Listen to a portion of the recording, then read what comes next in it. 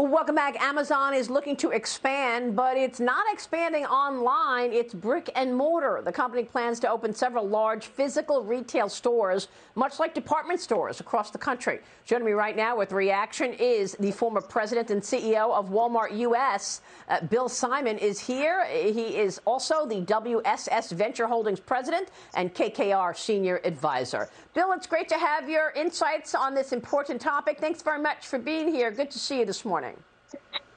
Sure, Maria. How you doing? So a lot of people were surprised at this. You say you're not surprised by Amazon's move to brick and mortar. Tell me about that. Oh, no, not at all. I think Amazon's been dabbling in brick and mortar for a while now. I think they've come to the realization that in order to get at the bigger piece of retail, they're going to have to become active to a certain extent in brick and mortar. You know, they dip their toe in with Whole Foods and their little kiosk stores, the self-checkout stores. But in order to have access to the 85% of retail that's not online, they're going to have to be in brick and mortar. Now, their market share in online is huge. And they've built their valuation on rapid growth, and I think they're realizing that they have to participate in the entirety of retail.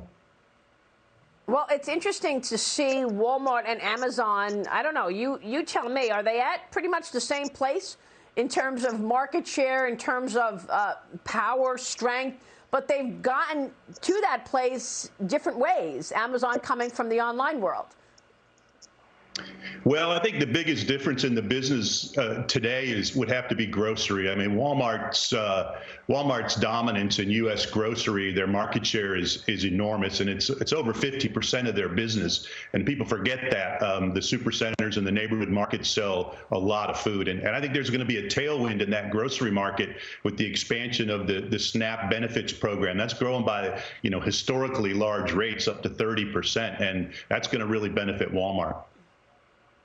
That's a great point. Yes, the SNAP policy is certainly going to be another stimulus there, and we'll see the impact on Walmart. How would you assess retail today? I want to get your take on Toys R Us and Macy's in a moment, but before I get there, do you find you're investing a lot in various retail venues? Do you find that you see things slowing down here? Because most people do think we've seen peak growth.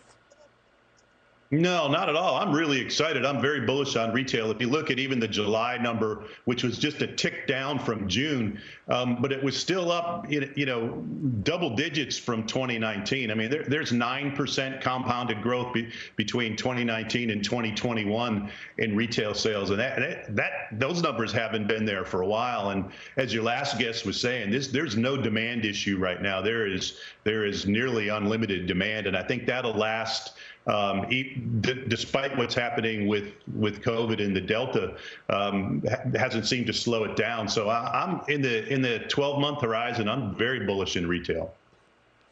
All right, I like it. All right, what's your take on Toys R Us and Macy's teaming up to bring toys and games to the more than 400 of the department stores' locations? This rollout won't happen until next year, though Toys R Us U.S. merchandise is already available on the Macy's website. A lot of moving and shaking here, and Toys R Us is making sure it has a voice and a face in the department stores.